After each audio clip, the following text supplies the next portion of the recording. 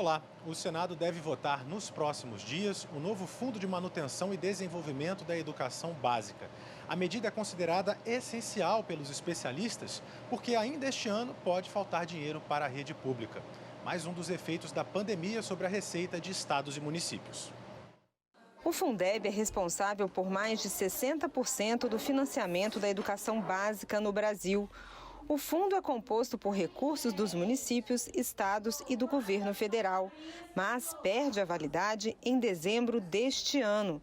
O texto aprovado pelos deputados torna o Fundeb permanente a partir de 2021. Mas os recursos do Fundeb deste ano estão ameaçados. Por causa da pandemia do novo coronavírus, houve uma expressiva queda na arrecadação de estados e municípios e isso pode comprometer a composição dos recursos do fundo a partir de agosto deste ano. Segundo pesquisa do movimento Todos pela Educação, a queda de arrecadação dos estados varia de 9 a 28 bilhões de reais apenas de recursos vinculados à educação. Um auxílio adicional, pensado também nessa carência de educação, ajudaria muito estados e municípios. Uma outra possibilidade é o próprio Ministério da Educação aumentar a complementação dos programas de suplementação que o Ministério tem, como o Programa Dinheiro Direto na Escola, o Programa Nacional de Alimentação Escolar e o Programa de Transporte Escolar. É sabido que a maior parte desses programas não banca todas as despesas que a Secretaria de Educação tem nessas rubricas. Então, o aporte adicional ajudaria a aliviar o caixa da Secretaria de Educação. Também é possível criar um pacote específico de apoio a estados e municípios por meio do Programa de Ações Articuladas. Então, tem um conjunto de medidas que tanto o Executivo quanto o Legislativo podem puxar nesse momento para apoiar as redes de ensino nesse momento tão vulnerável. A pandemia pode dificultar, inclusive, o pagamento do novo percentual que o governo federal deverá pagar para compor o fundo. O texto aprovado pela Câmara dos Deputados aumenta gradativamente os recursos federais, que devem passar dos atuais 10% para 23% em 2026. A situação que o país vai sair da crise da Covid-19 vai ser uma situação fiscal muito crítica, muito complicada. E a elevação dos gastos públicos nesse momento pode tornar essa situação ainda mais complicada. Então, há que se tomar cuidado dos valores que vão ser repassado da União para o Fundeb. A redução de desonerações fiscais é uma das sugestões para que o governo federal possa pagar a sua participação no fundo. Atualmente, elas são da ordem de 400 bilhões de reais. Há várias desonerações que a gente podia citar, o Simples Nacional, Zona Franca, entidades filantrópicas. A gente tem uma série de instituições que recebem benefícios fiscais, não só da União, como dos estados e municípios. Na medida em que a gente reduz um pouco esses benefícios, a gente abre espaço para que isso possa ser feito. Lógico que a pandemia vai trazer sérios problemas no pós-Covid. Nós teremos a recuperação da economia mais lenta. Então, sim, vai diminuir os recursos no primeiro momento. Agora, a educação também mata. E ela não mata alguns pacientes. A educação mata uma geração toda. Então, nós temos que dedicar recursos também para a educação, que é prioridade. A educação não tem como solucionar nenhum problema. Mesmo a questão do Covid sem educação, sem ciência e tecnologia. Quando nós pensamos nos estados e municípios e aprovamos uma legislação para compensar perdas de arrecadação, estamos pensando juntos também na complementação necessária à educação. Os problemas existem, porém estamos pensando juntos numa solução para este ano, porque para o ano que vem, inclusive com a aprovação do novo Fundeb, os recursos também deverão aumentar. Na próxima quarta-feira, dia 5 de agosto, o ministro da Economia, Paulo Guedes, deve falar à Comissão Mista da Reforma Tributária. O colegiado retomou os trabalhos nesta sexta-feira. O presidente da Comissão Mista da Reforma Tributária, senador Roberto Rocha, confirmou que a primeira audiência pública nesta volta aos trabalhos será na quarta-feira, dia 5, quando os parlamentares vão ouvir o ministro da Economia, Paulo Guedes, a partir das 10 horas da manhã. Essa pauta é fundamental para o nosso país retomar o seu desenvolvimento. Vivemos um momento muito sério de saúde das pessoas, mas também vivemos um momento muito sério de saúde das pessoas jurídicas, não só das pessoas físicas, que destruiu, derreteu milhões de empregos.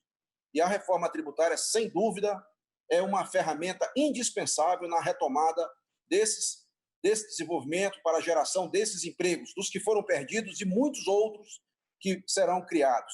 Eu confesso que eu esperava mais no projeto que o governo mandou, que simplesmente eu acho que foi tímida a participação. É uma perspectiva de fatiamento que pode alongar demais um debate que já vem se estendendo desde a promulgação da Constituição de 88. Eu acho que nós temos que simplificar, é óbvio. Eu acho que não dá para aumentar a carga tributária, é óbvio. Nós temos que fazer uma coisa justa. Os mais pobres desse país é quem mais paga tributo. O governo podia pegar o governo atual e mostrar à sociedade e tomar uma conduta diante disso que nenhum outro teve coragem de enfrentar. Essa é a realidade. Então, se você cobra 50% dos impostos no produto do consumo, quem está pagando são os pobres. Na primeira quinzena de outubro, a comissão pretende votar uma proposta de reforma tributária que unifique o texto que Paulo Guedes entregou em julho com as propostas de emenda à Constituição que já vêm sendo discutidas pelo Congresso. Em seguida, esse texto unificado seguirá para votação na Câmara e depois no Senado. Alguns estudos foram publicados, inclusive aqui gostaria de destacar um do professor Braulio Borges, da Fundação Getúlio Vargas, que demonstrou nesse estudo o impacto positivo na nossa economia com o crescimento do nosso PIB através da aprovação de uma reforma tributária de 20 pontos percentuais no PIB nos próximos 15 anos. Antes da pandemia do coronavírus, a comissão chegou a fazer 2 sessões. Os trabalhos foram suspensos justamente quando o ministro da Economia seria ouvido em audiência pública. Os senadores aprovaram medida provisória que permite o saque de até R$ 1.045 do saldo do FGTS de cada trabalhador. Como houve modificações aqui no Senado, a matéria volta para a Câmara dos Deputados. Veja também outras medidas provisórias aprovadas aqui no Senado. O prazo para sacar R$ 1.045 do FGTS começou no mês de junho e vai até o dia 31 de dezembro de 2020. Na Câmara dos Deputados, o relator incluiu uma mudança para permitir que trabalhadores com contrato suspenso ou redução salarial façam saques adicionais mensais, até atingir o valor do último salário recebido antes da redução salarial ou da suspensão do contrato. A Caixa Econômica vai dar prioridade para quem solicitou o dinheiro por causa de desastres naturais. A gente precisa, de fato, permitir que esses recursos possam circular na economia e atender a demanda das pessoas, enfim, para isso que se poupa, para isso que se guarda alguma reserva. O relator aceitou mudanças e permitiu o saque integral do FGTS nas demissões sem justa causa para trabalhadores que optaram pela modalidade saque aniversário. Quem faz a opção por essa modalidade só pode migrar para o regime tradicional depois de 2 anos. O saque do FGTS para quem pediu demissão ou foi demitido por motivo de força maior também está previsto no texto, mas nesse caso só vai valer durante o período da pandemia. Essas alternativas que já foram incorporadas na Câmara e com os destaques apresentados aqui no Senado vão impactar ainda mais esse fluxo de recursos. Só para os senhores terem uma ideia, isso está dito no meu relatório, o impacto previsto é de algo em torno de 29 bilhões de reais que vão sair do fluxo de caixa do Fundo de Garantia por Tempo de Serviço. A medida provisória também excluiu o Fundo PIS/PASEP em 31 de maio deste ano e transferiu seu patrimônio para o FGTS. O fundo reúne contas de trabalhadores públicos e privados que tiveram carteira assinada entre 1971 e 1988. A mudança não alterou os pagamentos anuais do abono salarial. Tem um impacto muito grande na macroeconomia em relação ao financiamento da casa própria, em relação à construção civil, geração de emprego, renda, o que significa muito neste momento. Os senadores também aprovaram a medida provisória que permitiu o afastamento remunerado de trabalhadores portuários avulsos que façam parte do grupo de risco da Covid ou que tenham sintomas indicativos da doença. O texto também determina a indenização dos trabalhadores infectados, de grávidas lactantes ou dos que estão isolados por conviverem com pessoa diagnosticada com Covid. O afastamento também vale para trabalhadores com imunodeficiência, doença respiratória ou doença crônica e para pessoas com mais de 65 anos. É uma matéria que com certeza vai garantir o desenvolvimento do país, vai garantir a modernidade do nosso esporte e com isso vai garantir a geração de emprego, principalmente no momento da retomada da nossa economia pós-pandemia. Uma medida provisória que criou regras para cancelamentos e remarcações nos setores de turismo e cultura também foi votada. Pela proposta, a remarcação dos eventos e serviços deve ocorrer até 12 meses depois do fim do estado de calamidade pública, previsto para 31 de dezembro de 2020.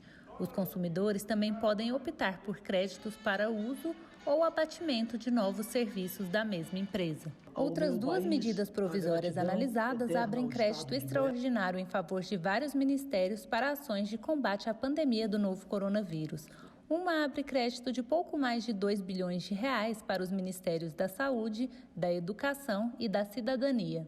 A outra disponibiliza 639 milhões de reais para a Presidência da República e Ministérios da Educação, da Justiça e o da Mulher, Família e Direitos Humanos. O crescimento de casos de infecção pelo Covid-19 impõe a necessidade de dotar os órgãos de apoio do sistema de saúde brasileiro de capacidade para prevenir, controlar, conter os danos e agravos à saúde pública em decorrência da pandemia global. E um projeto de lei determina que os planos de saúde sejam obrigados a cobrir todos os tipos de exames laboratoriais que detectem o coronavírus.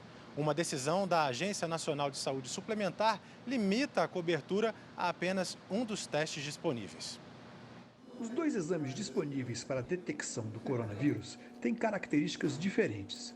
O exame molecular, ou PCR, checa se o vírus está presente na secreção do orofaringe. Já o exame sorológico é feito no sangue e esclarece se a pessoa teve contato com o vírus e se desenvolveu anticorpos contra ele. Nos laboratórios privados, os custos são bem parecidos, média de R$ 350 para o molecular e R$ 300 para o sorológico. Os dois exames têm imperfeições, porque eles tanto podem dar resultados falso positivos quanto falso negativos. O teste molecular é mais direto, ele diz se a pessoa está ou não com o vírus. Já o exame sorológico pesquisa os anticorpos no sangue, mas ele só dá positivo após o 10º dia de contágio com corona. A ANS, Agência Nacional de Saúde Suplementar, foi à Justiça, pois entende que os planos de saúde não têm obrigação de fornecer o teste sorológico aos consumidores. Enquanto está se procurando essa inclusão visando um controle da pandemia ou visando uma segurança maior do retorno das pessoas às suas atividades, se não forem utilizados testes que tenham esse tipo de classificação, esse padrão ouro, como hoje já se tem essa segurança, já está pacificada essa questão em relação ao RT-PCR, o que nós podemos ter é justamente o efeito contrário disso. A ANS anunciou que deve realizar uma audiência pública antes de uma decisão definitiva. Em relação às pesquisas de anticorpos, os chamados testes de IgG, IgA e IgM, a situação ainda não está definida. O consumidor precisa aguardar a conclusão da audiência pública da ANS ou então uma decisão judicial que torne obrigatória a cobertura pelo plano de saúde. Para o senador Randolfo Rodrigues, o teste sorológico também é fundamental e os argumentos da ANS não se justificam. Por isso, o projeto prevê que os planos de saúde devem cobrir todos os tipos de exames disponíveis para a pandemia do coronavírus. As crianças e os adolescentes têm os seus direitos garantidos desde julho de 1990. O Estatuto da Criança e do Adolescente está fazendo aniversário. Mas temos o que comemorar? O que mudou para as crianças 30 anos depois de criado o Estatuto da Criança e do Adolescente? A vida melhorou? Em 1990, 1 em cada 5 crianças e adolescentes estava fora da escola. A cada 1.000 bebês, quase 50 não chegavam a completar 1 ano. Hoje ainda há muito que avançar para oferecer aos nossos jovens as condições ideais para uma boa qualidade de vida. Mas o Brasil já caminhou bastante. O percentual de crianças e adolescentes fora da escola caiu de quase 20% para menos de 5%. A mortalidade infantil foi reduzida para 12,4 por cada 1.000 bebês. O Estatuto veio para regulamentar o artigo 227 da Constituição. Ele diz que é dever da família, da sociedade e do Estado assegurar os direitos das crianças e adolescentes. Mas que direitos são esses? Quem melhor para nos contar que as próprias crianças? Veja. Criança é toda pessoa que ainda não completou 12 anos. Dos 12 aos 18, já é um adolescente. Crianças e adolescentes têm prioridade absoluta. Devem ser os primeiros a receber socorro, proteção, acesso à saúde, alimentação e educação. Nós, crianças e adolescentes, somos o futuro, por isso nós temos que ser tratados com o maior cuidado possível. Crianças e adolescentes têm direito à liberdade e ao lazer, de brincar, praticar esportes e se divertir. Nós temos direito à proteção. Todos devem combater qualquer tratamento desumano ou violento contra crianças e adolescentes. Toda criança e adolescente tem direito à educação para seu pleno desenvolvimento. Devem ter acesso à escola pública e gratuita perto de casa. A escola deve comunicar ao Conselho Tutelar casos de maus-tratos, faltas injustificadas e evasão escolar. É proibido qualquer tipo de trabalho para menores de 14 anos de idade, exceto na condição de aprendiz. É proibido a venda de armas e explosivos para crianças e adolescentes. E também bebidas alcoólicas, fogos de artifício, bilhetes de loteria e produtos que causam dependência física e mental. Toda criança ou adolescente tem o direito de ser criado e educado pela sua família.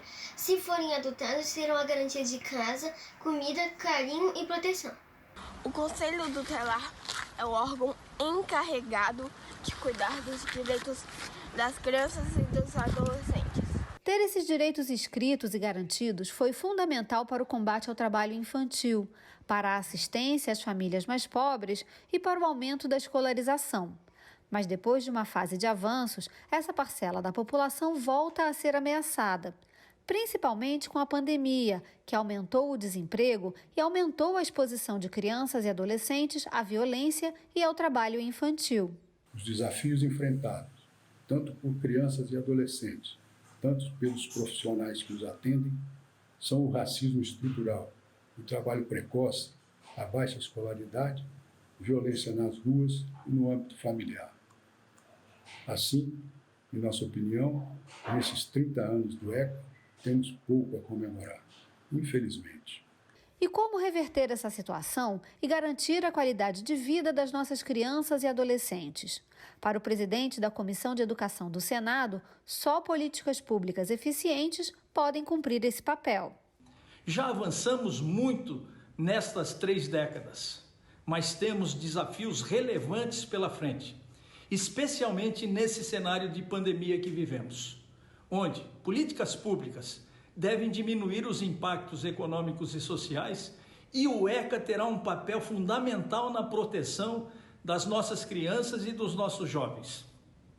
Precisamos fortalecer ainda mais o ECA e fazer com que suas medidas sejam efetivamente cumpridas, a fim de que os direitos sejam efetivamente respeitados e os deveres sejam exigidos, trazendo assim um equilíbrio na execução da lei. Para nossas crianças, o tempo é agora. Não podemos esperar, precisamos de escola, saúde, proteção e qualidade de vida agora. Nós somos o futuro do Brasil. Precisamos de vocês agora para termos um futuro melhor lá na frente.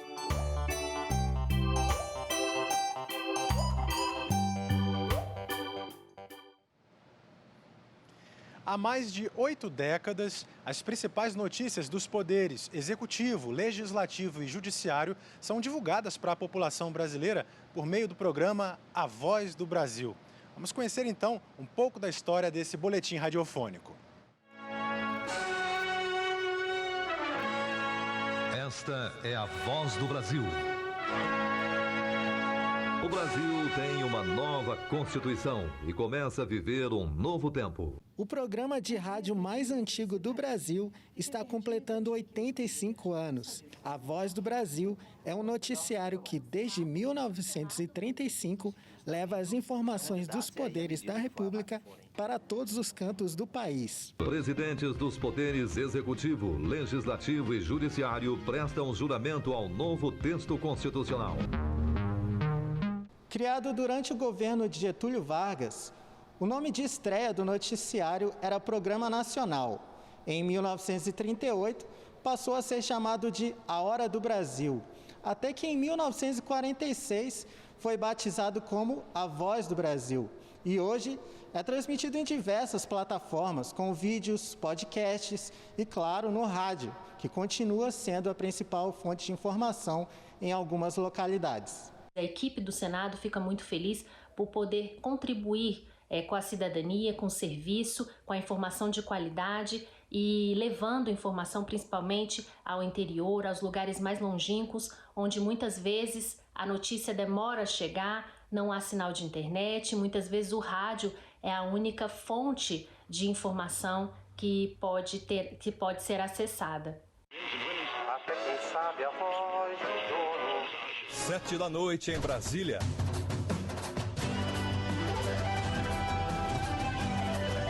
Voz do Brasil.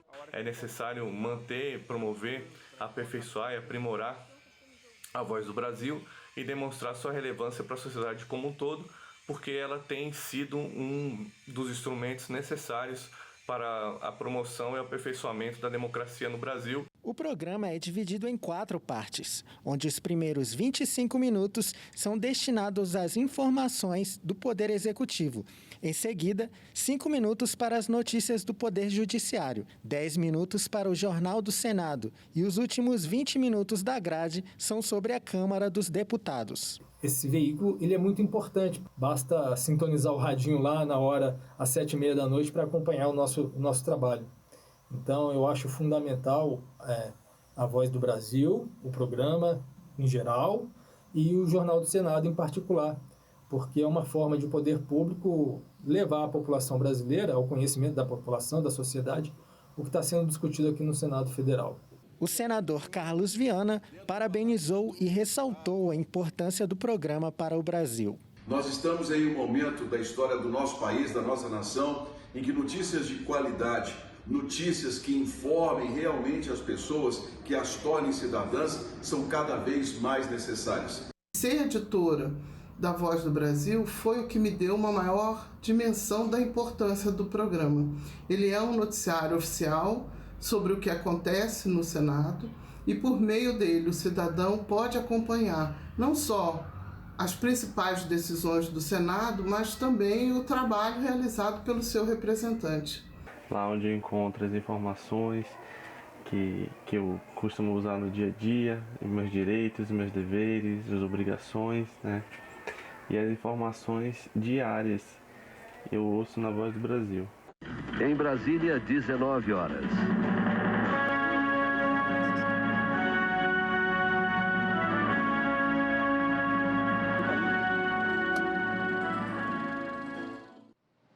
E nesse final de semana tem estreia do programa Eco Senado, o espaço reservado para temas de meio ambiente e desenvolvimento sustentável na nossa programação. Confira então agora os destaques da edição de agosto do Eco Senado com o jornalista César Mendes. Agricultura de regeneração, agricultura sintrópica. Há cerca de 40 anos, Ernest Gott coloca em prática novos paradigmas na relação do homem com a natureza e obtém com isso mais produtividade agrícola. Nós conversamos com ele por videochamada, direto de sua propriedade no sul da Bahia. Para Ernest Gott, a crise provocada pela pandemia de coronavírus deve ser encarada como uma janela de oportunidades. crises é uma chance de buscar formas mais inteligentes para interagir com a vida nesse planeta. E aqui nesse país, ainda acima de tudo, nós temos o tanto de biodiversidade que nos convida para fazer isso. Imagine-se se nós usássemos criativamente todos os potenciais de frutos, de nozes, de cereais, de outras coisas que tem nativo, natural, de raízes nesse país. Cadê a mandioca? Cadê a castanha de Amazonas? Cadê o buriti? Cadê o pequi? Cadê a pitanga? E etc, tudo do nosso lugar. E todas maravilhosas. Vamos criar sistemas em que a gente usa esses criativamente. E a riqueza que a gente cria daquilo. Você vai ver também a visita do vice-presidente da República, Hamilton Mourão, ao Senado, para explicar como o governo federal vai combater o aumento do desmatamento na Amazônia. Será preciso reverter a curva do desmatamento nos próximos meses para o desbloqueio dos recursos do Fundo Amazônia, que estão hoje parados na ordem de 2,8 bilhões, fora o que eles renderam lá no BNDES. Nós estamos mendigando 2 bilhões de dólares. O Amapá nunca veio um centavo desse tal de Fundo Amazônia. Com certeza, Vossa Excelência tem conhecimento, não só como vice-presidente da República, mas na sua história pessoal de militar, de general, profundo conhecedor das angústias amazônicas e dos desejos dessa região tão rica e, ao mesmo tempo, tão pobre. O programa EcoSenado, com a íntegra dessas reportagens, vai ao ar no sábado e no domingo, às 9 da manhã e às 4 da tarde. E essa foi a coluna Momento Eco de hoje. Tchau, até a próxima. Ficamos por aqui. Você pode rever as reportagens desta edição na nossa página na internet. Acesse senado.leg.br/TV. Muito obrigado pela sua companhia e até a próxima.